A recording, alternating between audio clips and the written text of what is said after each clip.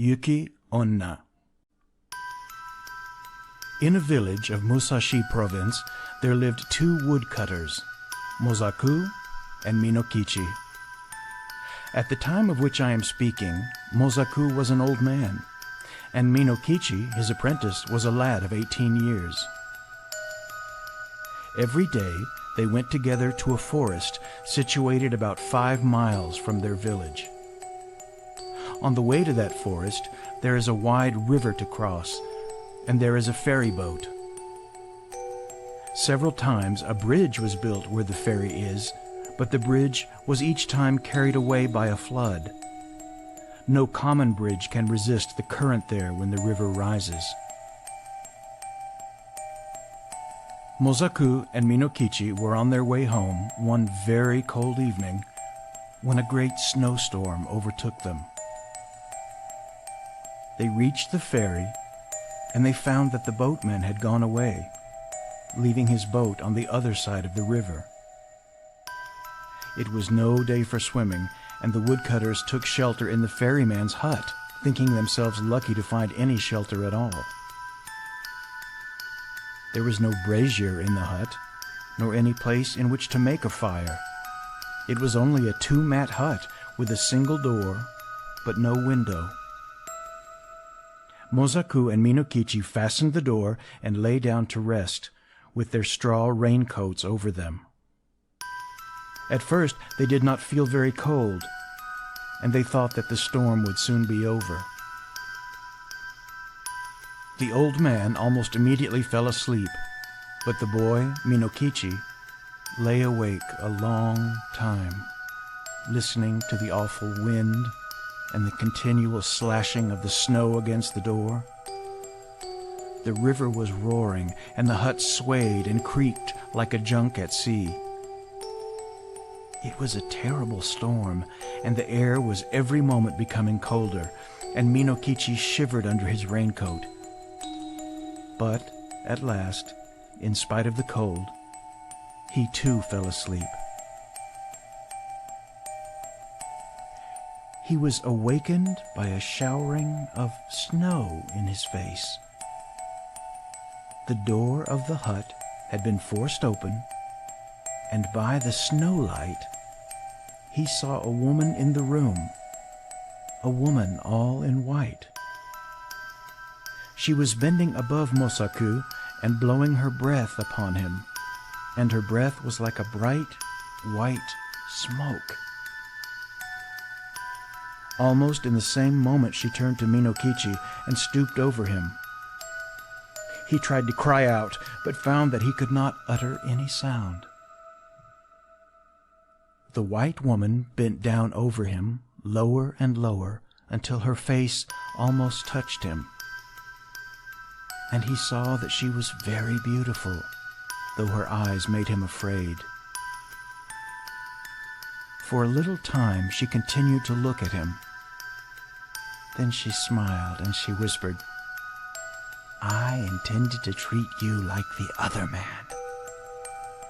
But I cannot help feeling some pity for you because you are so young. You are a pretty boy, Minokichi, and I will not hurt you now. But if you ever tell anybody, even your own mother, about what you have seen this night, I shall know it, and then I will kill you. Remember what I say." With these words, she turned from him and passed through the doorway.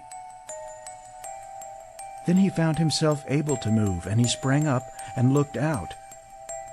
But the woman was nowhere to be seen, and the snow was driving furiously into the hut. Minokichi closed the door and secured it by fixing several billets of wood against it.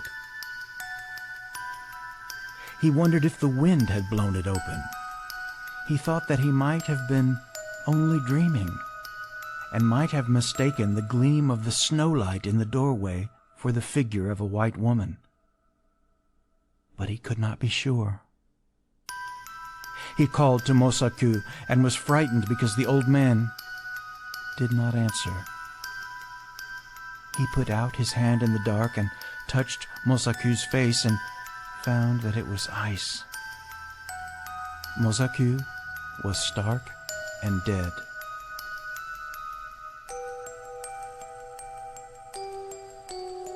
By dawn, the storm was over, and when the ferryman returned to his station a little after sunrise, he found Minokichi lying senseless beside the frozen body of Mosaku. Minokichi was promptly cared for and soon came to himself, but he remained a long time ill from the effects of the cold of that terrible night. He had been greatly frightened also by the old man's death, but he said nothing about the vision of the woman in white. As soon as he got well again, he returned to his calling, going alone every morning to the forest and coming back at nightfall with his bundles of wood, which his mother helped him to sell. One evening in the winter of the following year, as he was on his way home, he overtook a girl who happened to be traveling by the same road. She was a tall, slim girl, very good-looking, and she answered Minokichi's greeting in a voice as pleasant to the ear as the voice of a songbird. Then he walked beside her, and they began to talk. The girl said that her name was Yuki, that she had lately lost both of her parents, and that she was going to Yedo, where she happened to have some poor relations who might help her find a situation as a servant. Minokichi soon felt charmed by this strange girl, and the more that he looked at her, the handsomer she appeared to be. He asked her whether she was yet betrothed, and she answered laughingly that she was free. Then, in her turn, she asked Minokichi whether he was married or pledged to marry, and he told her that, although he had only a widowed mother to support, the question of an honorable daughter-in-law had not yet been considered, as he was very young. After these confidences, they walked on for a long while without speaking. But, as the proverb declares, Kiga areba memo kuchi odo ni mono wo yu. When the wish is there, the eyes can say as much as the mouth. By the time they reached the village, they had become very much pleased with each other. And then Minokichi asked Yuki to rest a while at his house. After some shy hesitation, she went there with him, and his mother made her welcome and prepared a warm meal for her. Yuki behaved so nicely that Minokichi's mother took a sudden fancy to her and persuaded her to delay her journey to Yedo. And the natural end of the matter was that Yuki never went to Yedo at all. She remained in the house as an honorable daughter-in-law. Yuki proved a very good daughter-in-law.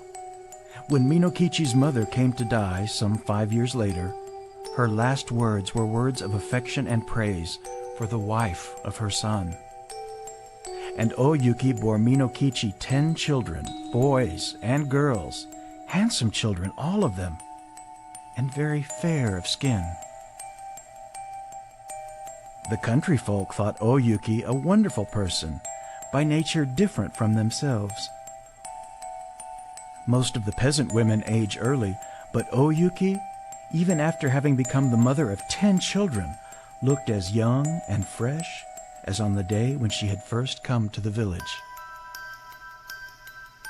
One night, after the children had gone to sleep, Yuki was sewing by the light of a paper lamp, and Minokichi, watching her, said, "To see you sewing there with the light on your face makes me think of a strange thing that happened when I was a lad of 18.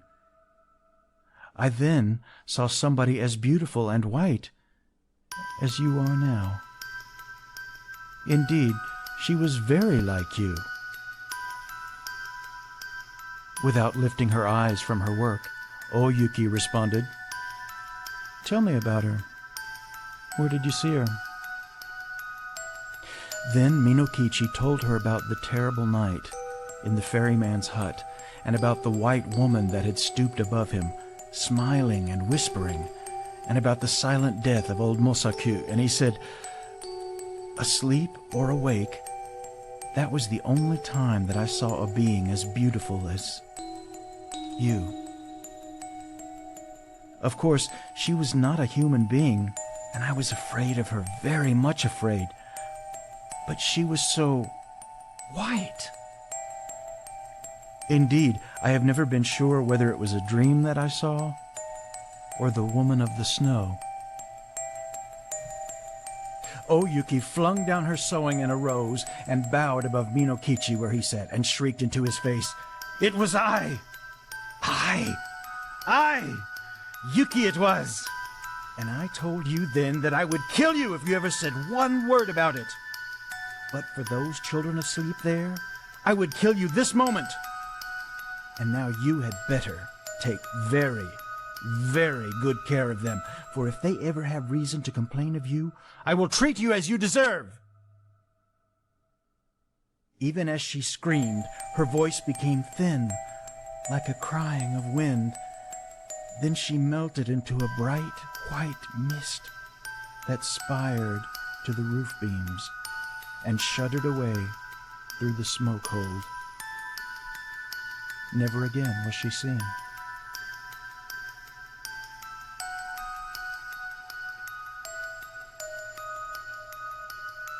End of story.